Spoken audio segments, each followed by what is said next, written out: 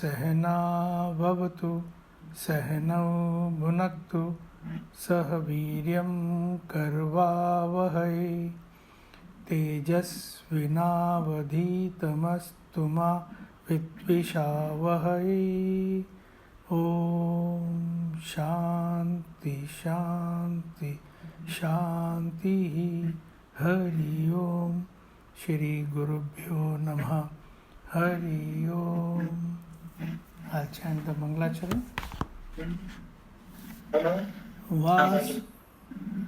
वासुदेवेन्द्र योगेन्द्रं नत्वा ज्ञानप्रदं गुरुं मुमुक्षूणां हितार्थाय तत्त्वबोधोऽभिधीयते।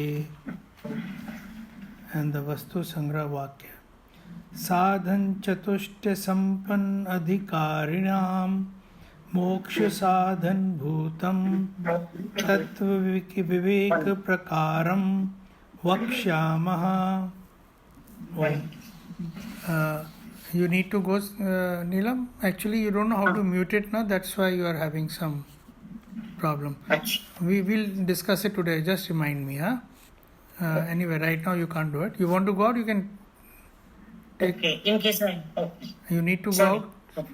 Somebody is calling. Okay. Sorry. So we were discussing why you need sadhan chatushte for understanding this text. You have to be adhikari.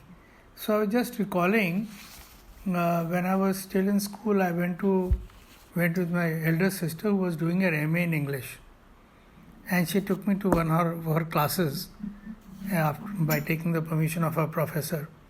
And they were talking about Keats and Shelley and all these things. And obviously I didn't have an idea of what was going on. So to be an adhikari, to attend a class, you have to have a background. So Tattvabodha, to be able to understand what the author is saying, what Bhagwan Sankracharya is saying, and to be able to realize it for oneself, you need some qualifications. आपको उस कक्षा का अधिकारी बनना पड़ता है कि आप इसको समझ लो. तो वो fourfold qualification में we had discussed नित्य अनित्य विवेक, that is vivek, and vairagya. So today we will talk of the remaining mumukshutvam and shat sampatti. But before we take it up, I think Anuji has got some observations. Let's take them up first. Yes. No, Arunji, it's just that because you, Anandji was saying na कि देख लेते हैं कि सबको कितना what they've understood. So I just put down a few lines. हाँ. Basically what read said. Did I say it? हाँ, please go ahead. Please go ahead. Okay. So I think our aim in life is unlimited happiness, which is Paramahansa Prapti, and complete liberation from suffering, Atyadhik Dukhi. And from reading and understanding the text, I think this can be achieved by the fourfold qualities. It involves Nitya Anitya Vivek, real from unreal, and we realize only Nitya is Atma. So Atma Satyam Tadyam Swam Mithyati, only Satyam. Or like say another phrase we had come across was Ekam Brahma Tadvyaktivikam Sarvam Anitya. So only Atma or Brahman is eternal, everything else is transient. But today we tend to identify with the look for happiness in the world around, object, and but with our reading of the only thing, and which is Atma. So I guess by reflect with the help of Vivek, Vairagya. Vivek is more of to the Atma, and Vairagya is cover, and the sixfold inner way, like Kama, full over the mind, Dhamma on the senses, Uprama, basically strict observance of our duties, Chitta, examiner, and Sada in Guru and the Lord, and Samadhan. I think by repeatedly reflecting, we'll be able to perform our actions and come closer to my nature. Yeah, thank you. Wonderful. You've got the hang of everything. Now what is to be done is you have to take the help of each one of them, and you have to come closer to this Nitya, Atma and Brahman. Right. And about Uprama, what you said was doing your task diligently. So this is what Bhagwan Sankracharya, this is how he defines it in this text. But I have understood it like this. Uprama technically is not being touched by rag or dvesh. Total anasakti. Now, when he has defined Uprama the way he has defined it, he is kind of given the way to be in that space. See, how do you come in the space of being free of rag and dvesh, likes and dislikes? So, if you are living every moment 100%, then you are in that space. So, what you said, everything is fine. Except Uprama, you first understand, basically it is freeing yourself from all likes. Yeah. So, इसका एक बहुत सुंदर मुझे और भी definition मिली थी. एक बहुत रिस्पेक्टेड स्वामी हैं, स्वामी पूज्य स्वामी Shri age is taking a toll on me. So he had said राग द्वेष का अभाव मीन्स जिसका कोई भाव ही ना हो, जिसका कोई एक्सपीरियंस ही ना हो. उपरमा इज राग द्वेष का अभाव. पूज्य स्वामी श्री राम सुखदास जी, he has written a very wonderful commentary on Gita, and in that he has said this is what Uprama is. And Bhagwan Sankracharya, to my mind, it appears by giving this definition, he is giving you a clue how to be in that space of rag, dvesh, abhav. When you give yourself 100% to every moment, where will rag, dvesh come from, you tell me? Most of the time, catch yourself brooding in the past and thinking of the future. And all that is regrets of the past and likes of the future. राग द्वेष चल रहा है ना हमेशा. So if you are 100% dedicated to the present, you are absorbed. And this 100% dedicated to the present comes from this स्वधर्म अनुष्ठान. I will just read it out.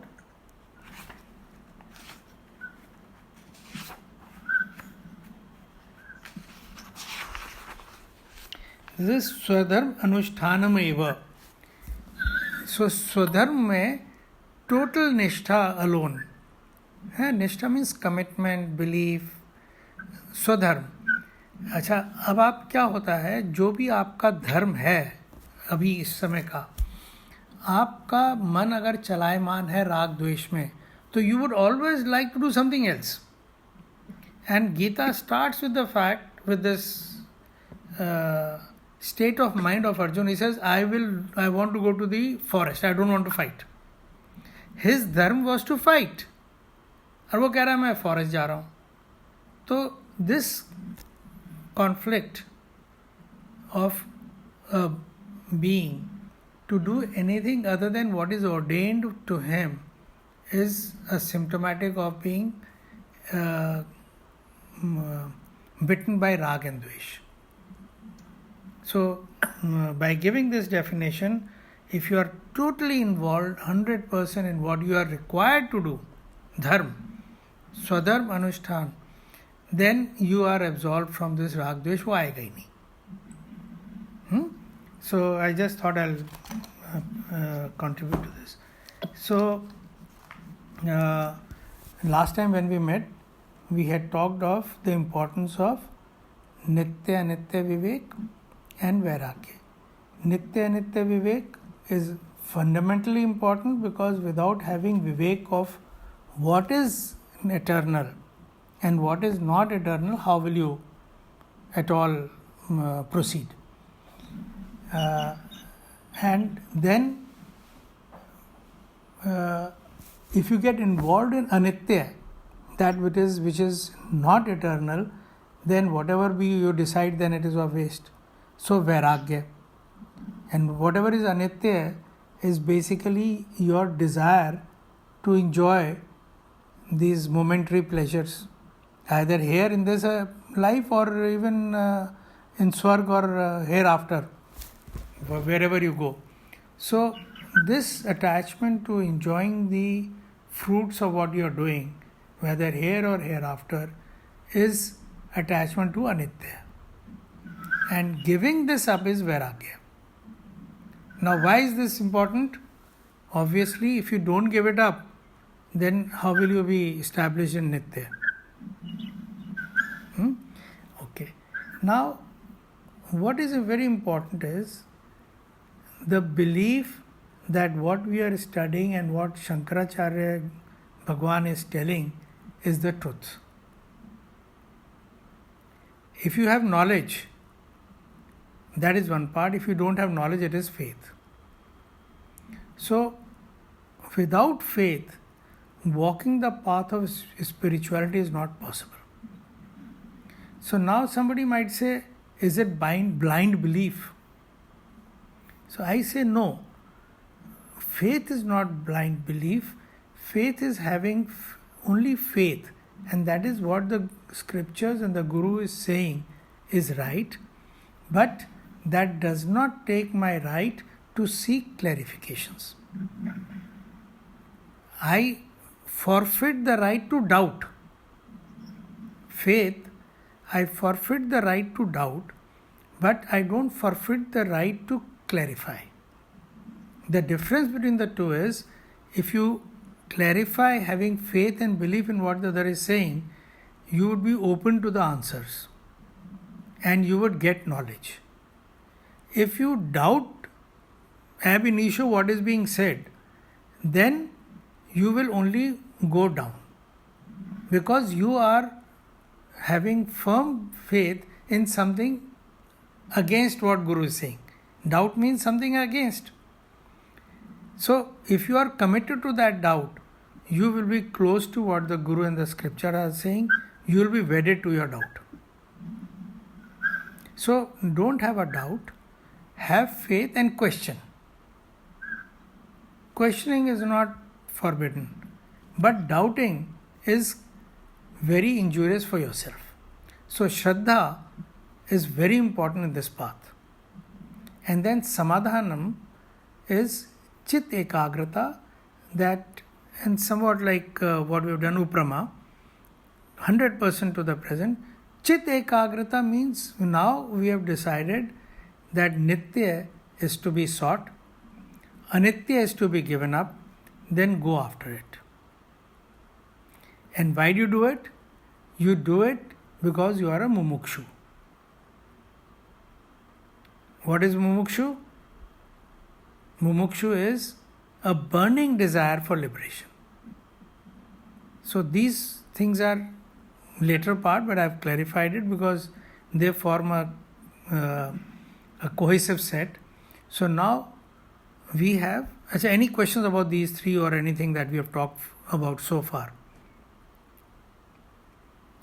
Okay. Then now we talk of Shama, Dama and Uprama and Titiksha. Uprama we have talked, but if you want, we can touch about it. So, Shama, Dama and Titiksha. So, what is Shama?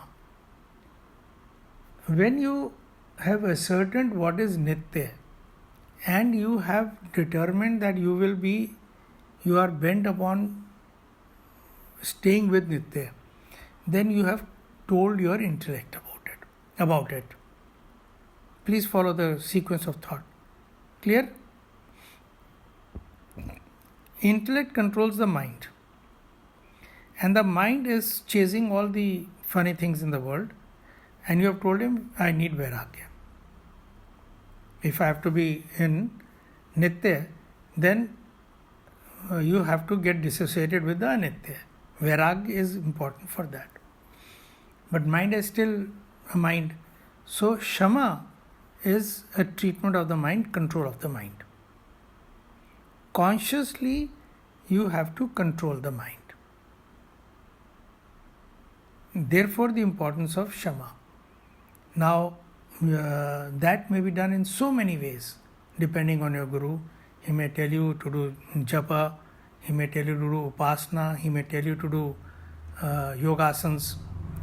Knowing your mind, he will give you the prescription that do this in the context of mental, the inquiry that we Gyan Marg. They say, constantly dwelling on the subject, who am I, also tames your mind because it doesn't go anywhere else. So it depends upon your Guru, but you have to be conscious that mind has to be tamed. Without taming of the mind, you may have Gyan, but no, Vairagya will not come. Having tamed the mind, the sense organs are used to enjoying. They may like to still continue enjoying. Though they say that the sense organs are like wild horses and the mind is like the reins. So, if your mind is controlled, and mind is being controlled by the buddhi. So, if the buddhi is nishchayatmika, that I am going to go after Nitya only, the mind can exercise control over the reins. Incidentally, with this example, I'll tell you a live physical example. I used to ride a horse in college days. And the riding school used to be next to the race course in Safdarjung Tomb. This was an Army 61st Cavalry Unit.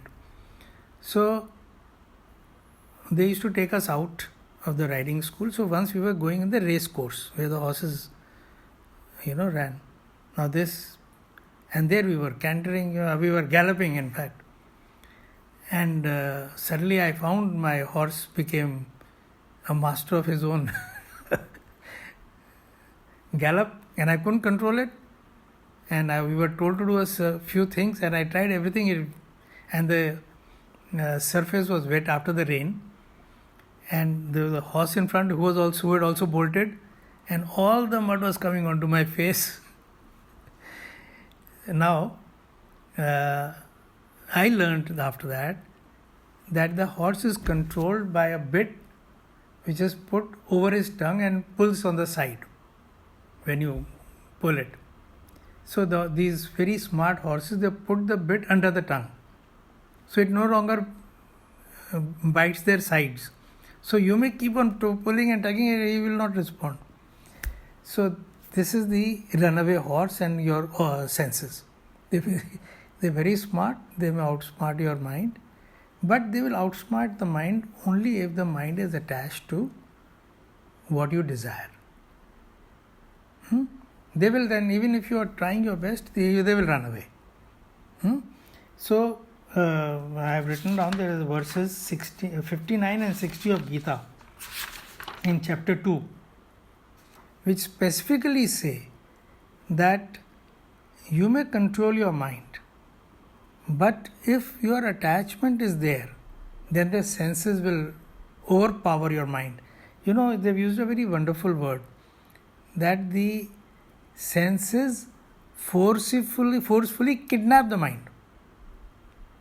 If you want, I'll read out the verse. I liked it very much. They say, Haranti is kidnap. Prasabham, forcefully, mana, the mind. The senses forcefully kidnap the mind if they know it is attached, and though you may be practicing control and everything, but they'll run away. So, this much about mind control and sense control. You have to do all that is recommended for both. Mind, there are so many ways and means depending on what the guru prescribes for you, and for the senses, it is discipline and practice. Because it's very simple, your mind is chasing something which you know is transitory. So you have to control it. It has to go out in a controlled manner. So having talked of Shama, Dama, Uprama, we have talked that basically Uprama is focus on the present moment, and that takes you away from Rag and Dvesh. Any attachment comes from Rag and Dvesh. What does it mean? You have a love for something, there is attachment. You don't like doing something, there is detachment. So you will perforce follow those two. The bane of our living is Rag and Dvesh. So Uprama, if you practice 100% living in the present, you are taking care of one of the biggest problems of life. Right? So then Titiksha. So now you have done all your control of mind and senses, and you are living 100% in the present, but you have no control over the external happenings. Somebody said something, it was too hot, it was too cold, and so on and so forth. Sukh, dukh, labh, hani, honor, dishonor, and there are lots of examples. So all these extremes, they come from outside and influence you within. So Titiksha is remaining indifferent to all these. 2 degree temperature हुआ तो फटाक से AC देखने लगे कहाँ है. 2 degree temperature कम हुआ तो हीटर ढूंढने लगा है. No harm, go ahead, but the point is विचलित मत हो. Don't get disturbed. सो उसमें one of the, I think when we were studying this, I had discussed about it. It is cold is enough. But the moment you start giving adjectives to it, it is biting cold, I am freezing to death, and this and that, then you are creating problems for yourself. Enough to acknowledge that it is cold, enough to acknowledge it is hot, but don't go into hyperbole, because that will create its own problems within. Acknowledge it's raining. Okay. You have an umbrella, use it, otherwise stand in a shade or whatever. But main mar gaya. That thing is against Titiksha. Something is not happening the way you wanted. Okay, acknowledge it. But don't get disturbed. Getting disturbed is violating Titiksha. And most of the time when we get disturbed, we make a mess of everything. Very important. So all these things, Shama, Dama, Uprama, Titiksha, if you practice all of them, then you will be able to control your mind with ease. They will help each other. In the beginning, Nitya Vivek has told you that you are going to pursue the path of Nitya only. And then Vairag has told you will give up whatever is Anitya. Now how will you do that? Shama, Dama, Uprama, Titiksha, Shraddha, Samadhan. And all this you are doing because you have a burning desire for liberation. And what is liberation? Liberation from all the sorrows of the world which are making your life miserable. Whatever you have done so far in your life, nothing has given you permanent joy, but you are present to the sorrows of everything. Whatever you do or whatever you don't do, the sorrows are there with you. You may be rich, you may be poor, you may be having a house or not having a house, you are perpetually in sorrow. So, without being dependent on anything outside, cultivating this sadhan chatushta, you can study Tattvabodha and be established in that Atma, which we have not studied so far, but is defined as Satchit Anand. That Anand is an Atma only, and if you establish there, that's it. So, having revisited Sadhan Chatushta with the objective that you understand the importance of it, they are the means of equipping you, making you qualified to walk this text. Otherwise, this text will remain theoretical. And this will be theoretical, and all the texts you read hereafter will also be theoretical. Because to get them into your life, you need sadhan chatushta. And this sadhan chatushta will always sound to be draconian. Whereas this is an absolute essential thing, whatever it may sound. Okay, any questions? You have to unmute yourself. Yeah. You were talking about the mind, like how to control it. Like sometimes the thoughts, they come involuntarily and they disturb you also. Then how to remove those thoughts, or what to do with the thoughts? So, as I said, you have to share exactly what is your lifestyle. Do you do yoga? Do you do pranayam? Do you do jap and tap? Do you do upasana? So, depending on what you are doing, you can choose the one in which you are comfortable. For instance, the relationship with mind and the body is there. A restless mind also generates a restless body. And if you are doing yoga, Hatha yoga also, that creates stability in the body. What is asana? Sthiram Sukham Asanam. That position that gives you sthirta, that is stability, and sukh, that is defined as asana. So if you can perform an asana which you like and stay in it for a sufficient time, that will also stabilize your mind. Then breath and mind are related. You control your breath by pranayam, your mind gets controlled. Then bhakti, you have love for your God, you sit down, pray to Him with full dedication, like Uprama, I told you, living the present moment. If you are attached to your Ishtadev, sitting before Him, praying fervently, there's no way it will not work. So depending on your nature, depending what suits you, there are many methods, but you have to be committed, I want to do it. It will happen. Practice. When it is happening, what to do? Like when it is happening, how to react to it? So pray to your God. That is the simplest thing, wherever you are. Pray to God. Or say your mantra. Whatever, yes. You can start doing your japa. But not... Divert the mind. Divert it from that. Not divert it. No, you see, mind is smarter than you, because when you say divert it, it knows you are trying to divert it. It will make you sleepy. It will make you yawn. It will make you do so many things.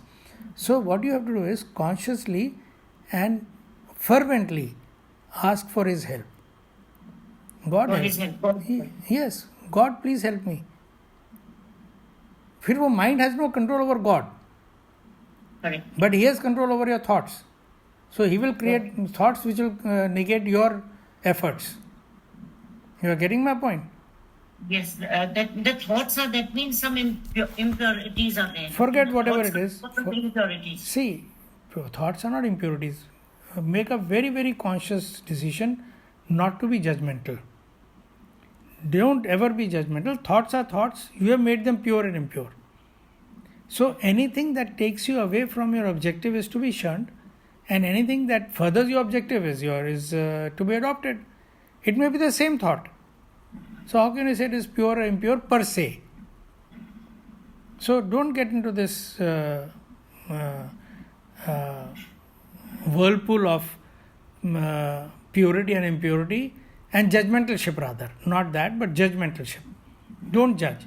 You have just be present to I am being drifted from my path. Some thoughts are coming which I don't want to come, or I don't want them to come. So God, please help me. You start doing your japa and things like that. If these things don't work, then you can discuss further. Okay. Right.